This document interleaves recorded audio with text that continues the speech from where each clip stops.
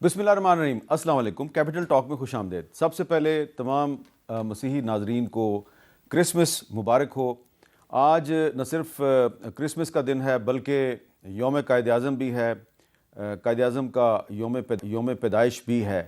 तो क्रिसमस की भी खुशियां हैं और कायद-ए-आज़म की सालगिरह भी है। तो आज हम ये बात करेंगे कि जो आज का पाकिस्तान है, क्या ये वही पाकिस्तान है जो कायद-ए-आज़म ने बनाया था। और आज के पाकिस्तान को अगर हम कायद-ए-आज़म के नज़रियात की रोशनी में देखें तो उसमें कहाँ कहाँ पर हमें इम्प्रूवमेंट की गुंजाइश नज़र आती है। तो हमारे साथ जो आज मेहमान हैं वो बड़े ही ख़ास मेहमान हैं। हमारे साथ मौजूद हैं डॉक्टर रमेश कुमार साहब, उनका ताल्लुक़ पाकिस्तान पीपल्स पार्टी से है और बड़े ही पुराने और मंझे हुए पार्लियामेंटेरियन हैं।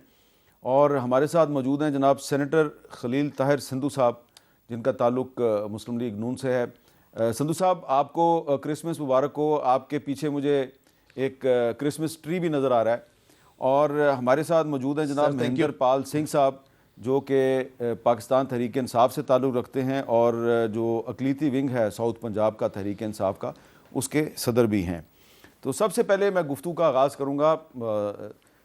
आपको ये बताना चाहता हूँ कि कायद-ए-आज़म ने जो पाकिस्तान बनाया, इस पाकिस्तान के क़याम में गैर मुस्लिमों का भी बहुत अहम किरदार है।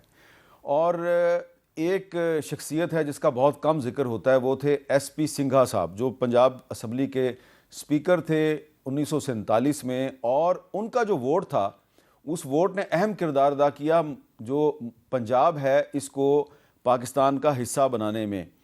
तो अगर वो वोट ना देते तो फिर 90 वोट बराबर हो जाते। पाकिस्तान के ख़िलाफ़ 89 वोट थे और पाकिस्तान के हक़ में SP सिंघा साहब का वोट आया तो 91 वोट हो गए। और इस तरह फिर ये जो आज का पंजाब है ये पाकिस्तान का हिस्सा बना। तो एक जो क्रिश्चियन स्पीकर थे पंजाब असम्बली के, उनके वोट से ये पंजाब जो है ये पाकिस्तान का हिस्सा बना। तो खलील ताहिर संधू साहब, मैंने SP सिंघा साहब का जिक्र इसलिए किया कि पाकिस्तान में हमारे बहुत से जो मुसलमान भाई बहन हैं उनको नहीं पता कि क्रिश्चियंस का क्या रोल है पाकिस्तान बनाने में। तो जब पाकिस्तान बन गया तो कायद-ए-आज़म मोहम्मद अली जिन्ना ने फिर जो अपना पहला वज़ीर कानून बनाया वो जोगिंदर नाथ मंडल साहब को बनाया, जो जिनका ताल्लुक़ हिंदू बरादरी से था। तो आज के पाकिस्तान में जो गैर मुस्लिम हैं वो अपने आप को कितना महफूज समझते हैं? बहुत शुक्रिया हामिद मीर साहब। मैं आपको बहुत ज़्यादा दिल की यथा गहराइयों से खराज तहसीन पेश करता हूँ कि आज के दिन आपने हमें क्रिश्चियंस का जो त्यौहार है और सबका त्यौहार है, इसमें आपने और जियो ने हमें लिया। और इससे पहले भी आपने बहुत अच्छी एक रीटा वाली स्टोरी की थी जिसको मैंने सेनेट में भी पेश किया था पैलेस्टाइन के हवाले से। जहाँ तक आपने अभी बात फरमाई है, ये बड़ी तारीखी बात है। 23 जुलाई 1947 की ये बात है। 177 वोट थे और दीवान बहादुर सिंघा साहब जो उस वक्त मुतहिदा स्पीकर थे, उनका तल्लक पसरूर से था। और उससे पहले 3 वोट और थे क्रिश्चियन, जोशुआ फजलुद्दीन अपना बहादुर साहब और एक 2 वोट और थे मास्टर फजल आई। उन्होंने कायद-ए-आज़म मोहम्मद अली जिन्ना साहब के जब ये इक्वल वोट हो गए तो फिर कायद-ए-आज़म मोहम्मद अली जिन्ना जो ये पंजाब की असम्बली है उसके जो स्पीकर थे दीवान बहादुर SP सिंघा, उनके पास गए और उन्होंने कहा कि हमने इंडिया में रह के अक़लीतों का कर्ब देखा है, तो आप हमें वोट दें, हम आपके साथ हम आपके साथ बराबरी का सलूक करेंगे। और यही उनकी पहली स्पीच थी जो कॉन्स्टिट्यूट असम्बली के साथ ही दस्तूर साज असम्बली जोगिंदर नाथ मंडल साहब ने कही थी। अगर आप कहें कि हमें इक्वल राइट्स या ये, तो मैं बड़ी फ्रैंकली ये बात कहूँगा कि बहुत सारी बातें तब्दील हो चुकी हैं। There is a lot of need to improvement ताकि अक़लीती अपने आप को महफूज महसूस कर सकें। फ़र्क सिर्फ इतना है कि जो साथ वाले पड़ोसी मुल्क में है वो स्टेट स्पॉन्सर्ड है, वहाँ पे टेरर होता है माइनॉरिटीज़ के ख़िलाफ़, हिंदुओं के अपना हमारे सिख भाइयों के ख़िलाफ़, इवन बहुत सारे जो हिंदू दलित हैं, अनटचेबल जिनको कहते हैं, उनके खिलाफ, क्रिश्चियंस की जो नन्स हमारी हैं उनको जलाया जाता है। यहाँ पे मैं ये नहीं कहूँगा कभी भी कि स्टेट स्पॉन्सर्ड जो है वो टार्चर है, कभी कोई ऐसी बात नहीं। लेकिन हमारे यहाँ पे भी बहुत सारे ऐसे वाक़यात होते हैं जिसके लिए लोग कहते हैं कि टॉलरेंस की ज़रूरत है। मैं कहता हूँ उसके लिए हमें एक्सेप्टेंस की ज़रूरत है कि हम एक दूसरे को टॉलरेट, मैं ज़ाती तौर पर उसको नेगेटिव वर्ड समझता हूँ, हम एक दूसरे को ह्यूमन बीइंग इंसान समझें। जो नबी करीम सल्लल्लाहु अलैहि वसल्लम ने 1400 साल पहले फरमाया था, आखिरी खुतबा हजतुल वदा में कि किसी को किसी पे कोई प्रायोरिटी हासिल नहीं है। जहाँ तक वोटों का तल्लुक है तो ये पंजाब के जितने हिस्से थे, खासतौर पर नारोवाल, शकरगढ़ और उधर का पंजाब, ये कभी भी हिस्सा ना बनते अगर वो पहले वोट बराबर ना होते और दीवान बहादुर सिंह साहब का कास्टिंग वोट ना डलता। लेकिन एक बात मैं बड़े कहना चाहता हूँ हैवी हार्ट, कि हमें ये भी सोचना पड़ेगा कि जोगिंदर नाथ मंडल वाज फर्स्ट वज़ीर कानून थे, लेकिन एक ही साल के बाद जब हमारे कैरिज्मेटिक लीडर कायद-ए-आज़म मोहम्मद अली जिन्ना उनकी वफ़ात हो गई, जो भी हुआ वो हालात जो भी थे, मिस्टीरियस मिस्ट्री है इसमें, लेकिन वो इस्तीफ़ा दे के फिर यहाँ से चले गए लियाकत अली खान साहब को कि मैं अब यहाँ पे नहीं रहना चाहता। तो ये भी हम पे ये कर्व जो है वो गुजरा है, लेकिन अभी भी there is a lot need of improvement. जी, ये आपने जो जिक्र किया, जोगिंदर नाथ मंडल साहब जो हैं उन्होंने जो इस्तीफ़ा दिया था उसकी वजह ये थी कि वो वज़ीर कानून थे और उनके वारंट गिरफ्तारी जारी हो गए थे, उन पर एक कत्ल का मुकदमा बना दिया गया था जो ईस्ट पाकिस्तान अब बांग्लादेश बन गया, तो उनका ताल्लुक वहाँ से था, तो उन पर एक वज़ीर कानून के ख़िलाफ़ कत्ल का मुकदमा बन गया, तो वो दिल बर्दाश्ता होके पाकिस्तान से चले गए थे और जो बंगाल है, इंडियन बंगाल है, वहाँ पर चले गए। अच्छा, महेंद्र पाल सिंह साहब, आपसे भी मैं यही सवाल करूँगा कि आज के पाकिस्तान में आपको कायद-ए-आज़म के नज़रियात की रोशनी में कितनी इम्प्रूवमेंट की गुंजाइश नज़र आती है? सबसे पहले बहुत बहुत शुक्रिया आपका, और मैं आपके प्रोग्राम के तवसत से पूरी दुनिया की जो क्रिश्चियन लोग हैं उनको मैं मैरी क्रिसमस कहूँगा, क्योंकि आज बहुत बड़ा दिन है और तमाम पाकिस्तानियों को कायद-ए-आज़म मोहम्मद अली जिन्ना का जो जन्मदिन है उनकी मुबारकबाद पेश करूँगा। जिस तरह से आपने क्रिश्चियन बरादरी का बताया और क्रिश्चियन वोट्स का बताया, इस तरह से हमारे पास बहुत सारे सिख और हिंदुओं ने भी यहाँ पे कायद-ए-आज़म मोहम्मद अली जिन्ना के कहने पे ही उन्होंने पाकिस्तान में वो रहे। मेरे दादाजी, मेरे वालिद साहब, सब हम पाकिस्तान में रहे हैं, हम इंडिया नहीं गए। हाँ, इस तरह से बहुत सारे लोग यहाँ पे हम वाकई और जो हम पाकिस्तान में रहे। लेकिन जिस तरह से आपने खुद ही बताया कि जी जोगिंदर नाथ मंडल साहब जो है वो यहाँ से दिल बर्दाश्ता होकर चले गए, इस तरह के वाक़यात तो हमारे साथ भी बहुत ज़्यादा हुए हैं, लेकिन हम दिल बर्दाश्ता होकर हमने कई कदम नहीं उठाए। हम इसी उसमें हैं कि ये हमारा मुल्क है और हमने इस मुल्क में इम्प्रूवमेंट लेके आनी है। लेकिन बदकिस्मती के साथ, जिस तरह से खलील ताहर संधू साहब ने भी बताया कि बेशक स्टेट इन्वॉल्व नहीं होती, लेकिन यहाँ पे ज़ाती मफादात देखे जाते हैं, पार्टियों के भी मफादात होते हैं, इंडिविजुअल्स के मफादात होते हैं। जब जहाँ मफादात की बात होती है तो वहाँ पे मज़हब के नाम के ऊपर बहुत सारी तकालीफ जो हैं वो दी जाती हैं। बेशक उसमें स्टेट इन्वॉल्व नहीं होती, लेकिन स्टेट जो है वो कम से कम बराबरी की सतह पे इशू को उठा तो सकती है ना, वो इंसाफ तो प्रोवाइड कर सकती है, वो जस्टिस तो प्रोवाइड कर सकती है। अभी अब रिसेंटली हम ज़्यादा दूर नहीं जाते, जो जनावाला में वाक़या सानहा हुआ, क्रिश्चियन कम्युनिटी के ऊपर जो एक चर्च जलाया गया, मैं हैरान हूँ उस पे कि वो जब वहाँ पे लब्बैक या रसूलुल्लाह के नारे लग रहे होते हैं या कोई इस तरह के नारे तकबीर अल्लाह अकबर के नारे लग रहे होते हैं वहाँ पे, तो मैं हैरान ही होता हूँ कि आप अल्लाह अकबर भी कहते हैं और उसके बाद आप ये भी देखते हैं कि अल्लाह अकबर है तो वो बेशक है, लेकिन ये तमाम मखलूक उसकी है। फिर अगर जब हम किताबों की बात करते हैं तो जो किताब को आप जला रहे हैं, जिस चर्चेस को आप जला रहे हैं, आप सल्लल्लाहु अलैहि वसल्लम ने एक मुआहदा किया था क्रिश्चियंस के साथ कि उनकी जो चर्चेस हैं, उनकी इज़्ज़तें जो हैं वो महफूज रहेंगी। वो आप सल्लल्लाहु अलैहि वसल्लम का जो एक मुआहदा है उसको भी तोड़ रहे हैं। फिर जिस बाइबल को आप शहीद कर रहे हैं, उसको नुकसान पहुंचा रहे हैं, उस बाइबल को मानने बगैर तो आपका ईमान ही नहीं कंप्लीट होता। तो यहाँ पे वही बात है कि यहाँ पे स्टेट का इशू नहीं है, हम स्टेट को कहें, लेकिन ज़ाती मफादात को मज़हब का नाम दे के यहाँ पे कोशिश की जाती है अक़लियतों को कुचलने की। लेकिन मैं ये नहीं कहता कि स्टेट उनके साथ खड़ी है, लेकिन हमारे साथ भी तो खड़ी हो ना, मिनॉरिटी के साथ, जस्टिस के लिए भी तो खड़ी हो। यहाँ पे सिंध में कितने हिंदुओं की जो घरों के साथ किस तरह की इज्जतों के साथ खिलवाड़ किया गया, वहाँ से लोगों को उठा लिया जाता है, वहाँ से बच्चियों को उठा लिया जाता है। कहाँ जस्टिस, किसको जस्टिस मिला है? चले मैं सिंध के नुमाइंदे हमारे पास मौजूद हैं, डॉक्टर रमेश कुमार साहब, उनसे बात करते हैं। ये पाकिस्तान हिंदू कौंसिल के सरबराह भी हैं। तो डॉक्टर रमेश साहब ये बताएं कि जो महेंद्र पाल सिंह साहब कह रहे हैं, आप उससे इत्तेफाक करते हैं कि स्टेट तो इन्वॉल्व नहीं होती, लेकिन इसके बावजूद टॉलरेंस का लेवल कम है और गैर मुस्लिम पाकिस्तानी जो हैं वो ख़ासी हद तक अपने आप को गैर महफूज समझते हैं? देखिए, पहले तो हैप्पी क्रिसमस सबको। और मैं थोड़ा सा एक क्लियर भी कर दूं कि कल भी एक फंक्शन था, वहाँ पे क्रिश्चियन के हवाले से ईसाई लफ्ज़ इस्तेमाल किया गया। लोगों को आज तक ये पता नहीं है कि उनको ऐसे नहीं कहा जाता, क्रिश्चियन या मसीह बरादरी कहा जाता है।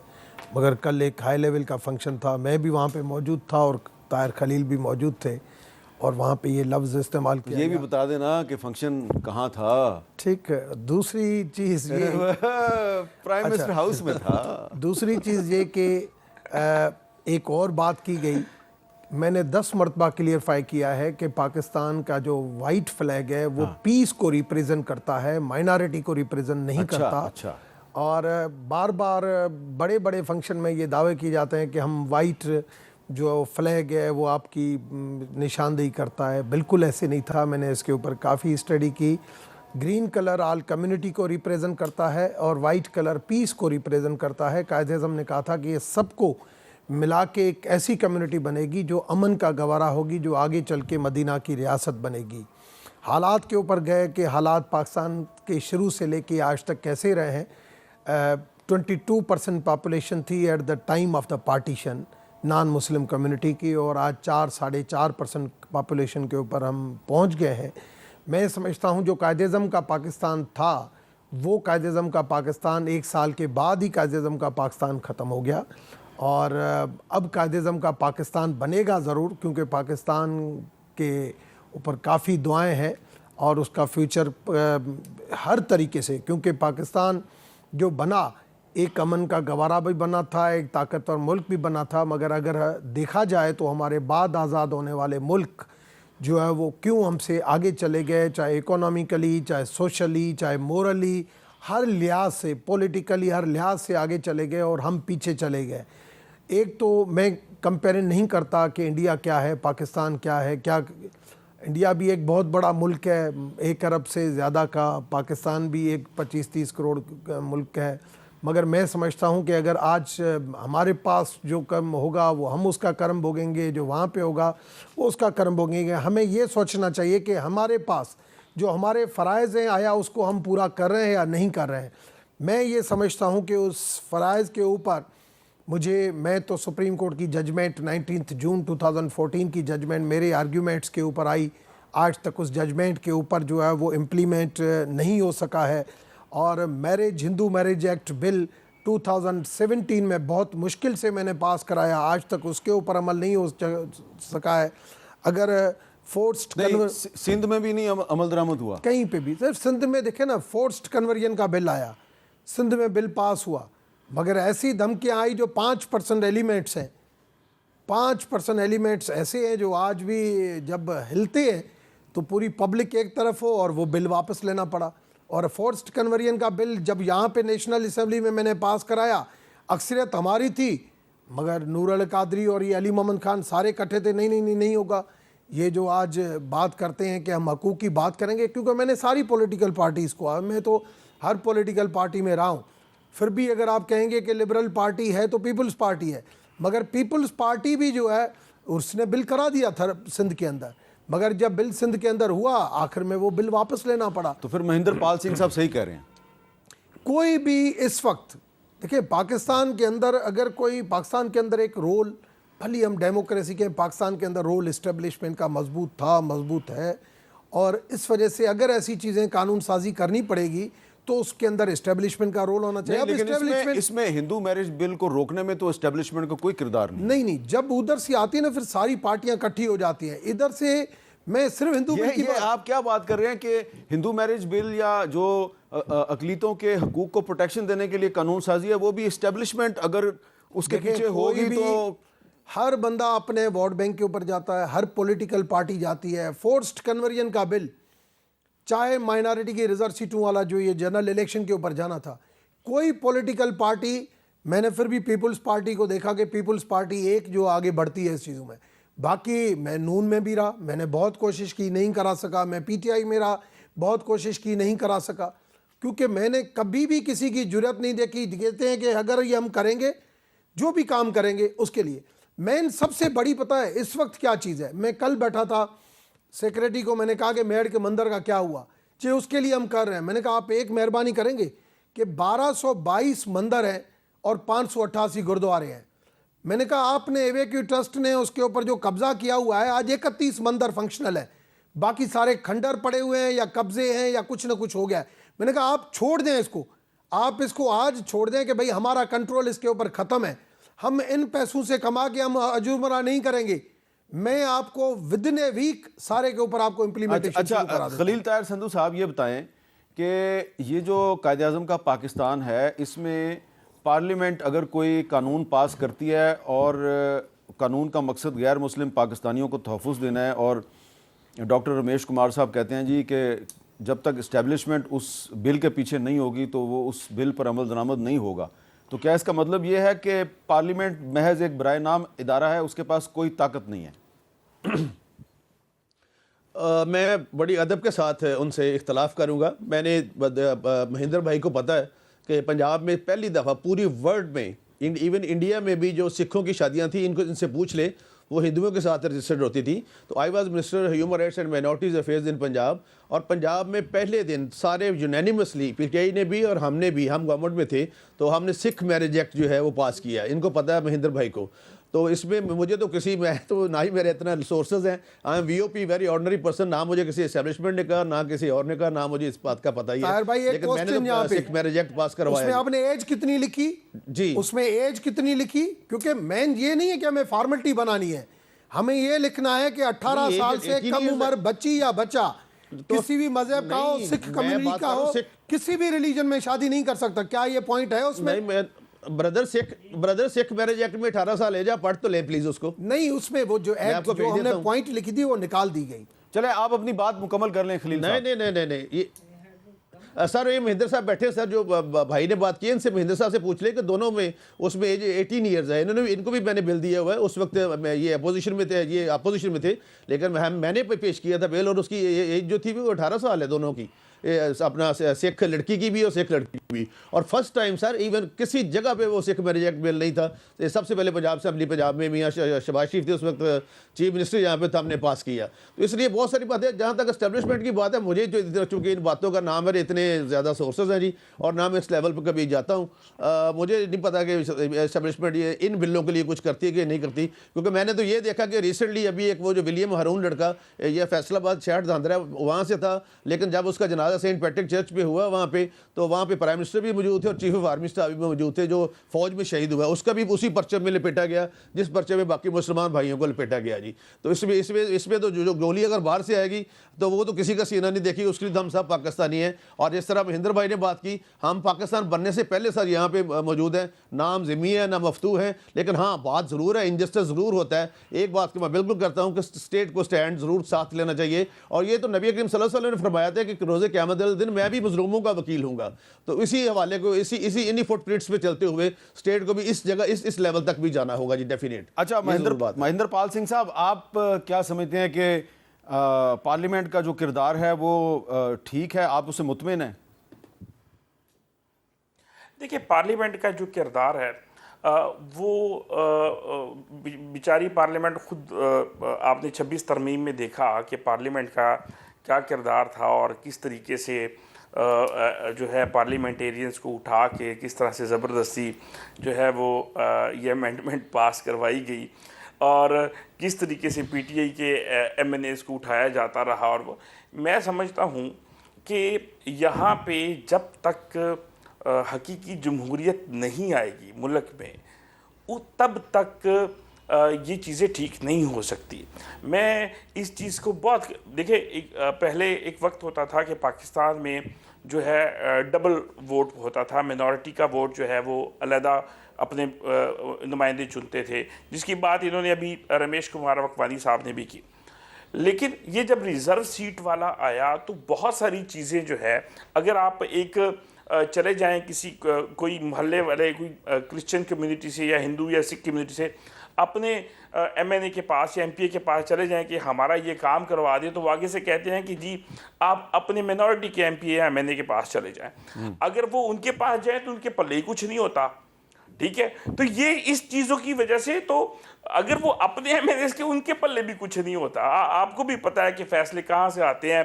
रमेश कुमार वखवानी साहब ने दबे अल्फाज में उनका लेने की कोशिश की। ये भी एक वक्त था कि ये भी फैसल वाडा साहब की तरह उन्हीं के नुमाइंदे हुआ करते थे, लेकिन मेरा ख्याल है अब कोई नाराज़गी चल रही है, तो जिस वजह से थोड़ा सा एक उसका है। देखिए महेंद्रपाल सिंह साहब, क्लियर है। महेंद्रपाल सिंह साहब, आपको अंदर की बात का नहीं पता, ये बिल्कुल अभी भी फिट है वहां पे, और इसमें उनको कोई परेशानी वाली बात नहीं है। और पहले भी जो इनके मामला ठीक थे, उसकी वजह भी कोई बहुत एक इंटरनेशनल असाइनमेंट मिली हुई थी इनको। अच्छा ये सुने ना, मेरी गुजारिश सुने, ये या फिर ये वो वाला रोल अदा कर रहे हैं कि मरियम नवाज और नवाज शरीफ एस्टेब्लिशमेंट के साथ फिट भी थे, और बाजवा साहब का और फैज़ हमीद का जलसों में नाम ले लेके वो करते थे, और वो फिर पीटीआई को शायद इमरान खान साहब को दिखाते, ये देखो ये तो हमारा नाम भी ले रहे हैं, लेकिन अंदर खाते वो सारे फिट थे। सिंपल सी बात है कि ये एस्टेब्लिशमेंट और स्टेट अगर करना चाहे तो कायदे आजम की उस 11 अगस्त वाली तकरीर को हूबहू इंप्लीमेंट करवा सकती है, लेकिन अब 11 अगस्त वाली तकरीर है क्या? बड़ी सिंपल है। मैं वो 11 अगस्त वाली तकरीर का जिक्र जो है वो किया है महेंद्रपाल। कायदे-ए-आज़म ने क्या कहा? आप आज़ाद हैं, आप आज़ाद हैं अपने मंदिरों में जाने के लिए, आप आज़ाद हैं अपनी मस्जिदों में जाने के लिए, और रियासत में अपनी किसी भी इबादतगाह में जाने के लिए। आपका ताल्लुक़ किसी भी मज़हब, ज़ात या नस्ल से हो, रियासत का इससे कोई लेना देना नहीं। तो एक मैं ब्रेक ले लेता हूँ, ब्रेक के बाद दोबारा मिलते हैं।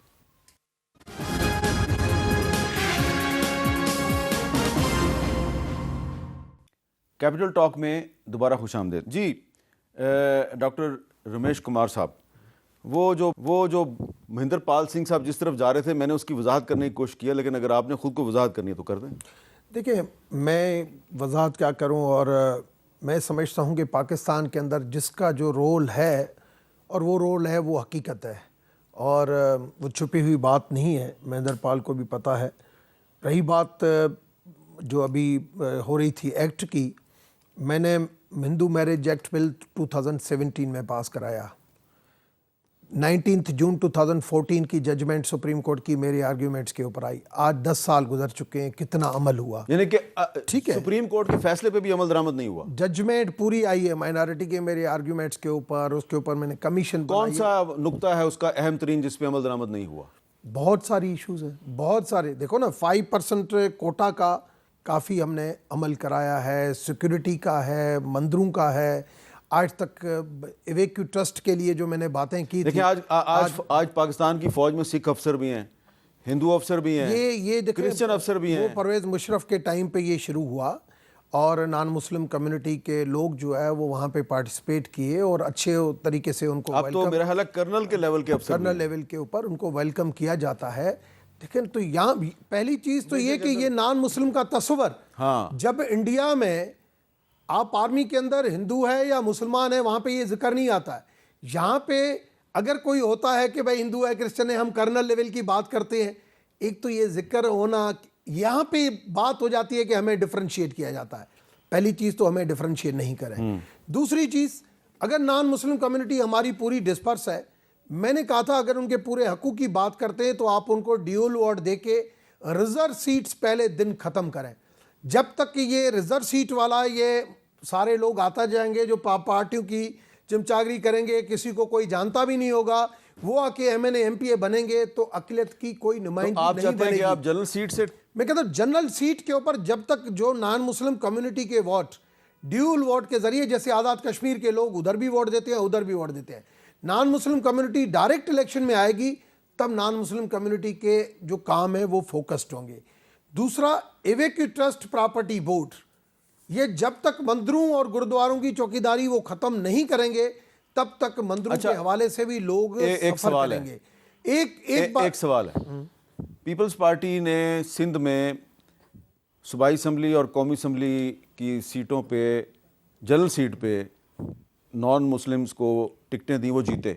आपने भी कोशिश की, बिल्कुल, लेकिन क्या हुआ फिर, आप क्यों नहीं लड़े? देखिए, मैंने कोशिश की थी और मुझसे कमिटमेंट थी कि थरपारकर से हमारा पहले ही है, तो आपको हम कराची से सीट देंगे, और कराची से मुझसे कमिटमेंट थी, मगर आखिरी टाइम पे ऊपर जो पार्टी का डिसीजन होता है उसको फॉलो करना पड़ता है। पार्टी का डिसीजन था या किसी और का डिसीजन था? नहीं, पार्टी का डिसीजन था और कमिटमेंट थी कि भाई नहीं, यहाँ पे मिर्ज़ा अख्तियार बैग से पुरानी कमिटमेंट है और लिहाजा हम उसको देते हैं। तो पार्टी का जो, जब मैं पीपल्स पार्टी में आ गया तो आपको पता है कि पीपल्स पार्टी एक डेमोक्रेटिक पार्टी है। दूसरी पार्टियों में जब था तो लाजमी है मैं एस्टेब्लिशमेंट का भी सोर्स इस्तेमाल करता था कि हाँ भाई ये टिकट, ये सीट चाहिए, वो मैं लेता था। यहाँ पे मैं वो सोर्स इस्तेमाल नहीं करता हूँ। मैं चाहता हूँ कि अब मैं पीपल्स पार्टी एक जो असल जो मेरे, क्योंकि देखें पीपल्स पार्टी को आज नहीं, मैं 2017 में 2018 में जब मैं नून लीग में था, मैंने जुल्फ़िकार अली भुट्टो के लिए मैंने कॉलम 2018 में लिखा था कि जुल्फ़िकार अली भुट्टो जो है कायद-ए-आज़म के बाद वो शख्सियत थी। अगर 2022 में मैं पीटीआई में था, जब बिलावल भुट्टो साहब जब रैली जब निकली थी, मैंने 2022 में निकला था कि बिलावल भुट्टो के अंदर वो झलक नजर आई है, या मैंने और या मैंने उसको बख्तावर भुट्टो के अपना आसफा भुट्टो के लिए मैंने लिखा आग से बेनज़ीर। चलें, अब आपने सब पार्टी की सारे लीडरों की तारीफ कर दिया, लेकिन ताहिर खलील संधू साहब ये बताएं कि ये जो पार्लियामेंट के किरदार की बात हो रही है, तो आप क्या कहेंगे कि ये जो शिकवा कर रहे हैं डॉक्टर रमेश कुमार साहब के सुप्रीम कोर्ट के फैसले पे अमल दरामद नहीं होता, पार्लियामेंट बिल पास करती है उस पर अमल दरामद नहीं होता, तो ये कायद-ए-आज़म के पाकिस्तान में पार्लियामेंट को मजबूत बनाने के लिए शहबाज शरीफ साहब की हुकूमत जो है वो इतनी बेबस क्यों नज़र आती है? जी बहुत शुक्रिया अहमद मीर साहब, इनकी बात वाजिब व दुरुस्त है। बहुत सारी ऐसी चीज़ें तसद्दुक़ जिलानी साहब की वो जजमेंट है और इनको पता है कि वो सारी, उन्होंने हमेशा के लिए वो बेंच ओपन कर दिया है कि जब भी कोई माइनॉरिटी का प्रॉब्लम होगा आप उसमें आ सकते हैं। नंबर 1। नंबर 2, जो ये बात कर रहे हैं अपना इलेक्शन की, तो मेरी तो ज़ाती थी, हमें इलेक्शन कमीशन में जाके उनसे कहना चाहिए कि यह पार्टियां, सारी पार्टियां जो हैं वो 10, 15 या 25 जो भी हैं वो सीटें दें, जनरल सीटें, और उस जगह पे किसी मुस्लिम फिर कैंडिडेट को ना खड़ा करें। और ये नहीं कि मुझे योहनाबाद से सीट दे दें या मुझे ये जिधर मैं बैठा हूँ 17,000 हमारी आबादी, इधर सीट दे दें। नो, इधर किसी मुस्लिम को दे, मुझे अच्छे उस इलाके से सीट दे जहाँ पे मुस्लिम आबादी ज़्यादा है, तो फिर इंटरफेथ हार्मनी और एक्सेप्टेंस और ज़्यादा बढ़ेगी। मेरी ज़ाती जो आइडियल सिचुएशन जो मैं समझता हूँ, मेरा परसेप्शन ये कहता है कि इस तरीके से अगर इलेक्शन कमीशन में अमेंडमेंट हो और पार्टी से जो है पार्टीज पाबंद हो 20 या 25 या वट एवर जो भी आबादी के तनासब से कि वो हमें जनरल सीटों पे इलेक्शन लड़ाए, फिर इससे जो है हम आगे भी पैदा होगी मेरी ज़ाती राय के मुताबिक, और हम एक दूसरे की और ज़्यादा इंटरडिपेंडेंस जो खुद इंसारी का कल्चर है वो फरोग पाएगा। जी अच्छा, महेंद्र पाल सिंह साहब ये बताएं, अगर आपको पंजाब से टिकट मिल जाए अपनी पार्टी की, जनरल सीट पे इलेक्शन लड़ो, एमपीए का या एमएनए का, और आप इलेक्शन लड़ते हैं तो आप जीत जाएंगे जनरल सीट पे? सबसे पहले तो मैं ये दोनों भाइयों की इसको मैं डिस्कस कर लूँ कि संधू साहब कह रहे हैं इलेक्शन कमीशन हमें जाना चाहिए, वो कह रहे हैं कि हमें वो कह रहे हैं। तो सर देखिए 26वीं तरमीम आप लेके आ रहे थे और वो तरमीम भी आप इस तरीके से लेके आए हैं कि वज़ीर कानून के पास भी वो तरमीम वो नहीं थी, उसका बिल जो है वो मौजूद नहीं था, तो उसमें आप ये डलवा देते ये सारी चीज़ें। आप लोग हुकूमत में हैं, दोनों दोस्त मेरे हुकूमत में हैं, इनको ये करना चाहिए था। जहाँ तक मेरी बात है वो संधू साहब वाली बात ही है कि यहाँ पे एक्सेप्टेंस, संधू साहब कहते हैं कि टॉलरेंस नहीं एक्सेप्टेंस होनी चाहिए, मैं कहता हूँ एक्सेप्टेंस नहीं रिस्पेक्ट होनी चाहिए, और रिस्पेक्ट होती है बराबरी की सतह पे कि मैं आपकी रिस्पेक्ट करूँ क्योंकि मेरा मज़हब मुझे कहता है कि मैं आपकी रिस्पेक्ट करूँ और आपका मज़हब ही ऐसे कहता है कि आप मेरी रिस्पेक्ट करें। अगर रिस्पेक्ट होगी तो बिल्कुल मैं इलेक्शन जीत जाऊंगा, लेकिन अगर रिस्पेक्ट नहीं होगी और वहाँ पे ये कह के किया जाएगा कि ये फलाने हैं, ये इन्होंने फलाना मतलब 47 में ये किया हुआ है और ये गैर मुस्लिम है, और उसके ऊपर फतवे भी अगर आ जाएं कि गैर मुस्लिम को वोट देना ही वो जो है वो जायज़ नहीं है, तो फिर जो है वो शायद मैं चलें, मेरा ख्याल है आपको फतवों से नहीं घबराना चाहिए महेंद्र पाल सिंह साहब, क्योंकि ये फतवे देने वाले जो हैं मैंने लफ्ज़ बताया कि कायद-ए-आज़म मोहम्मद अली जिन्ना के खिलाफ भी फतवे दिए थे, अल्लामा इकबाल के खिलाफ भी फतवे दिए थे। लेकिन मुझे लगता है कि अगर आप जनरल सीट से खड़े हो जाए ना महेंद्र पाल सिंह साहब, आप जीत जाएंगे, आप घबराएं ना। एक ब्रेक के बाद दोबारा वेलकम बैक। कायद-ए-आज़म के पाकिस्तान में आज जो सियासत है इसका भी थोड़ा जायज़ा लेने की ज़रूरत है। इस सियासत में इख्तिलाफ़ राय जो है ये ज़ाती दुश्मनी बन चुका है और एक दूसरे पे सिर्फ इल्ज़ामबाजी नहीं लगती, झूठ नहीं बोला जाता, दशनाम तराजी नहीं की जाती, बल्कि ऐसे अल्फाज इस्तेमाल किए जाते हैं जो गाली गलोच के ज़ुमरे में आते हैं। तो हमारे कुछ जो नौजवान लीडर हैं और उनके साथ जो कुछ बुज़ुर्ग हैं वो किस किस्म की ज़ुबान इस्तेमाल करते हैं, क्योंकि आज यौम कायद-ए-आज़म के हवाले से बात हो रही है, तो देखते हैं कि हमारे जो नौजवान लीडर हैं और कुछ बुज़ुर्ग वो कैसी बातें करते हैं, ज़रा देखिए। जो शख्स मंशियात का आदी हो, जो टिरियन खान है, इमरान उसका इतराफ कर चुका है। जो इंसान अपनी बेटी को ओन नहीं कर सकता, वो इस कौम की बेटियों से सच कैसे बोलेगा? मरियम डाकू रानी, तुमने सर्जरी कराई है, इतने थप्पड़ पड़ेंगे कि तुम्हारी शक्ल सामने आ जाएगी। मोहम्मद नवाज शरीफ जिया उल हक का बेटा है। बिल्लो रानी के साथ मैं आंख मटक्का करता रहूंगा, बेशक रेल में रहूं, जेल में रहूं, दरिया में जाऊं। तो ये कहते थे कि मैं आँख मटक्का करता रहूँगा, लेकिन आजकल इन्होंने खामोशी का रोज़ा रखा हुआ है। छोटी सी बात कीजिएगा डॉक्टर साहब, ये किस किस्म की सियासत हो रही है पाकिस्तान में? सियासत एक इबादत, सियासत एक खिदमत। पाकिस्तान में सियासत एक अदाकारी है। मैं शुक्र अदा करता हूँ कि 99 से लेके आज तक 25 साल हुए हैं।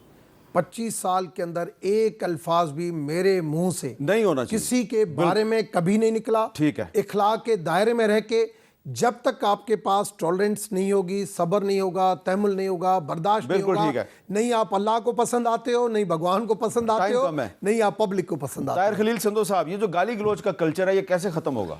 सर आपने बड़ी अच्छी बात की है। बिलो दी बेल्ट जो गुफ्तगू करना है, ये किसी सूरत भी अच्छी बात नहीं है, और ये कोई भी करे सर, मैं तो आई विल नॉट सपोर्ट, और मैं चाहूँगा कि ये ख़त्म होनी चाहिए 100%। अदरवाइज हम आगे नहीं बढ़ सकते, और हम इंटरनेशनली अपना क्या चेहरा, मस्कशुदा चेहरा पेश करते हैं, और ये कसाफा ज़्यादा माहौल बन चुका है अगर हम ऐसी बातें करते रहेंगे। जी तो महेंद्र पाल इसको सिंह ख़त्म होना साहब, आप चाहिए इस पर सर, क्या 100%। कहेंगे? बिल्कुल, इखलाकियात जो है वो सबसे पहले है। इखलाकियात होगी तो आप अपने मज़हब पे भी अमल कर सकते हैं। अदर दुनिया का कोई ऐसा मज़हब नहीं है, चाहे आप सल्लल्लाहु अलैहि वसल्लम है, उन्होंने इखलाकियात पे ज़िंदगी बसर की और सिखाया। अच्छा, अब मैंने इसमें अब आखिर में ये भी बताना है कि हमारे जो नौजवान सियासतदान हैं ये इस किस्म की ज़ुबान क्यों इस्तेमाल करते हैं? इसलिए कि इनके बुज़ुर्ग भी इसी किस्म की ज़ुबान इस्तेमाल करते थे। ज़रा बुज़ुर्गों का भी माजी देख लें। नकली शहीद जो लाड़काना में है, जिसको बेनज़ीर जुल्फ़िकार अली भुट्टो शहीद कहती है, पाकिस्तान के गद्दार। अब अगर हमने मियाँ को छोड़ दिया तो शायद अल्लाह भी हमें माफ न करे। ये अवाम का चोर है, ऐसे दरिंदे को बर्दाश्त नहीं कर सकते। जरदारी तुम्हें और तुम्हारे लुटेरे साथियों को इसी चौक के ऊपर उल्टा लटकाएंगे। तो ये बुज़ुर्ग जिस किस्म की बातें करते थे, आजकल तो इनकी आपस में दोस्ती हो गई है, लेकिन इनके जो बच्चे हैं वो अभी तक वैसी ही ज़ुबान इस्तेमाल करते हैं। तो इनको चाहिए कि उनको बताएं कि कायद-ए-आज़म के पाकिस्तान में ये गाली गलौज की जो सियासत है ये नहीं होनी चाहिए।